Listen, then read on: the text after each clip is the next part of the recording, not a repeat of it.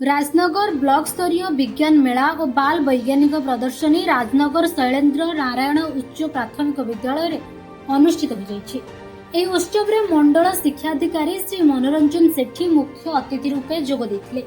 मुख्य वक्ता भावे श्री श्री जगन्नाथ महाविद्यालय उद्भिद विज्ञान अध्यापिका श्रीमती राजश्री सामंत और सम्मानित अतिथि रूपे श्री अजित नारायण प्रसाद गिरी, चिन्मय कुमार दास, श्रीमती भक्तिलता बारिक, शिवप्रसाद बेहरा, चित्तरंजन जेना, सुब्रज कुमार बराल, शांतनु कुमार सुतार, मधुसूदन साहू, सुशांत कुमार सेठी जोग देथिले। यह विज्ञान मेला और बाल वैज्ञानिक प्रदर्शनी उत्सव में मोट 7 गोटी प्रकल्प संबल प्रबंधन को नहीं मोट 85 विद्यालय भाग नहीं। एथिरे 25 प्राथमिक विद्यालय होइथिबा बेले बाकी 60 विद्यालय रे उच्च प्राथमिक विद्यालय और उच्च विद्यालय शामिल होइथिले। छात्र छात्री को 7टी प्रकल्पर मूल्यांकन पर विचारपति दायित्व रे देवराज नायक, मनोज शतपथी, प्रभास रंजन प्रधान रहिथिले।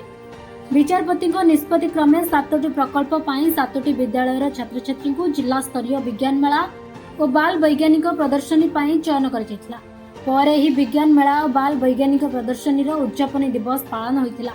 एथिरे मुख्य अतिथि रूपे राजनगर विधायक ध्रुवचरण साहू जोग देवा सहित मुख्य वक्ता भावे राजनगर ब्लॉक अध्यक्ष प्रतिभा पात्र जोग देथिले। उद्यापन दिवस रे चयन होइथिबा छात्र छात्री को मुख्य अतिथि ध्रुवचरण साहू और मुख्य वक्ता प्रतिभा पात्र मानपत्र देवा सहित ट्रॉफी प्रदान करथिले। विज्ञान मेलार उद्देश्य रहितिला छात्र छात्री मानक भितरे थिबा वैज्ञानिक ज्ञानर आविष्कार करबा।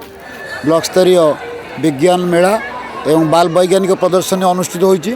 एथिरे प्रायतः ब्लॉक रो सेकेंडरी विंग एवं एलिमेंटरी विंग रु 80 रु ऊर्ध्व स्टॉल आसीछि एवं एई विज्ञान मेला रे जो हमर थीम रहिछि तादेरे सब थीम 7टी रहिछि। 7टी विभाग रु आमे प्रथम द्वितीय तृतीय बाछिबु एवं प्रथम करी जो दल प्रति सब थीम रु ता जिला स्तरीय विज्ञान मेला को तांको नाम सजेस्ट करा जिवो, से माने जिला स्तरीय प्रतियोगिता भाग नेबे। मो भाबुची जूनियर सिनियर मिसी 80 रु अधिक स्टॉल आछंती,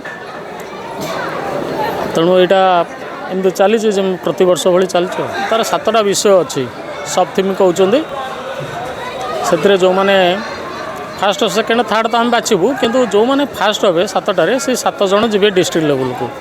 ब्यूरो रिपोर्ट उत्कल खबर।